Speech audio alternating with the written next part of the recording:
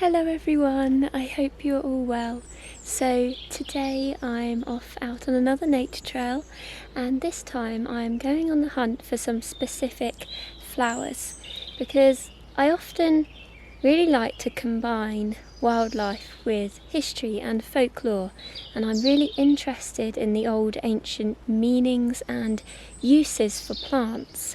So I just thought it would be a really good idea to do a flowers and folklore nature trail today and just go out and look for some specific flowers and then talk to you about their history, their meanings, their folklore, ancient uses and mythology really. So yeah, that's what we are going to do today, and there's so many birds out and it's just so beautiful. I keep hearing all the chaffs as well, which always makes me happy to hear.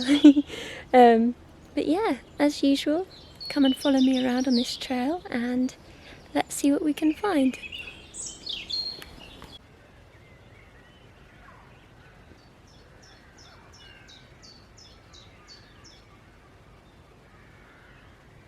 So we have Herb Robert here. Now, traditionally this used to be used for a lot of things. Ancient medicine. So it used to be used to treat nosebleeds and as an antiseptic. And I also read that if you crush the leaves and rub them on your skin, then it can act as an insect repellent. And I can understand how that can be really, because the leaves have quite an unusually strong smell, and I can't really describe the smell, so perhaps the insects don't like that. Now, when it comes to mythology, it used to be believed that Herb Robert would bring good luck and fertility, so people used to often pick the plant and carry it around in their pockets. Always scrambling through the undergrowth.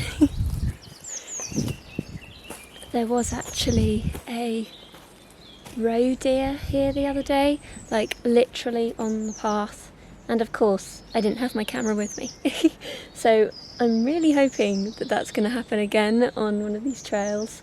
I haven't had a lot of time to get out and do the nature trails, but this is what I like to do when I'm taking a little step back from everything that's going on with the wildlife film adventure this year and other stuff that I'm doing wildlife related. So yeah, this is nice to just get out and just see what I can find. Now, the primrose is such a beautiful early blooming woodland flower.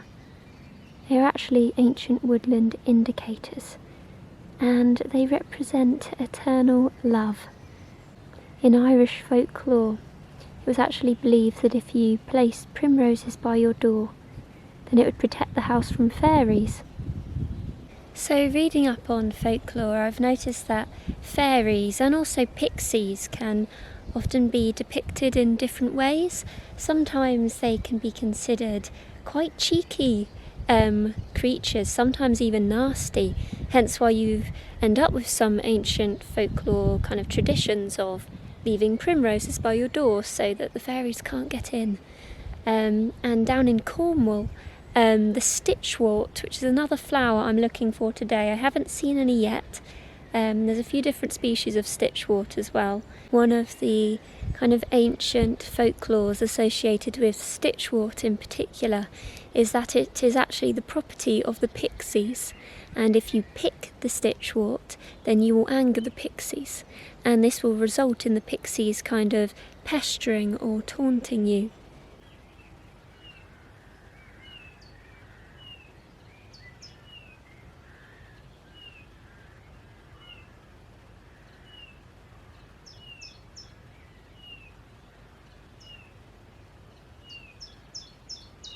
Violets are a haven for butterflies.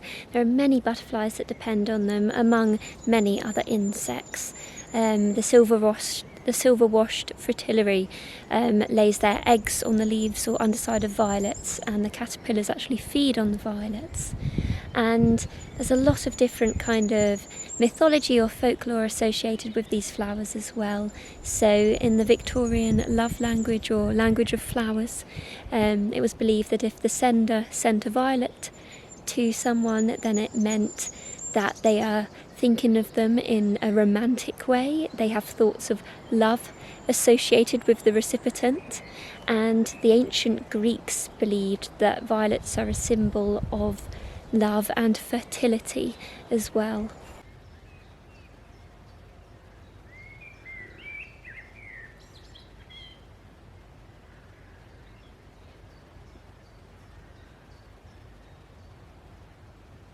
This beautiful pink flower has one of my favourite plant names. It's called Honesty, and it gets this unusual name because of its seed pods. So the seed pods actually are coin-shaped, translucent kind of discs, and you can see the seeds sitting within them.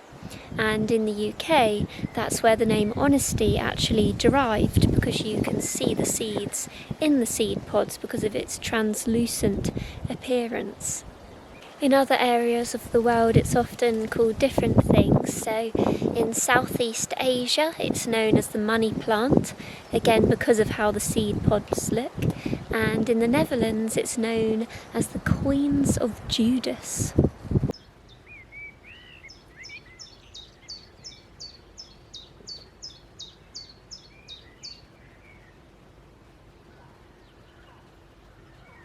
We have some lovely red campion here, of course. I often speak about this plant. In ancient mythology, red campions are actually depicted as guardians of the woodland. It is believed that they guard bee honey stores, and they also help protect fairies from being discovered.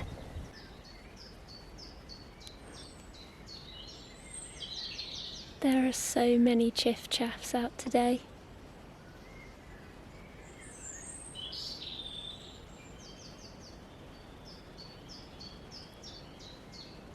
I'm now looking for some wooden anemones. Another one of my favourites.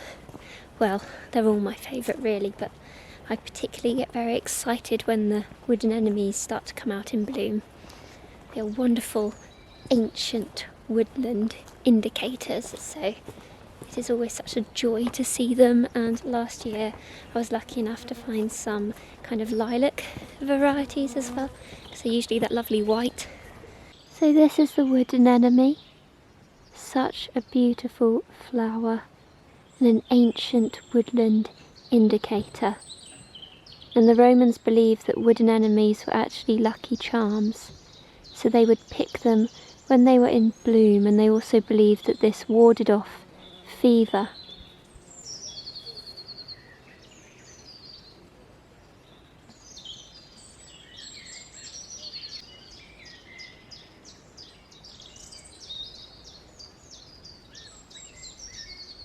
So I hope you enjoyed this Flowers and Folklore nature trail. There's just so many out in bloom and it's just so beautiful. It's been such a lovely day, and I've just been, as I mentioned earlier, listening to all the different birds, which is making me really happy. So yeah, but as usual, keep safe on your wild walks, and I will be back again soon with another nature trail when I can. So I'll see you all again soon. Bye.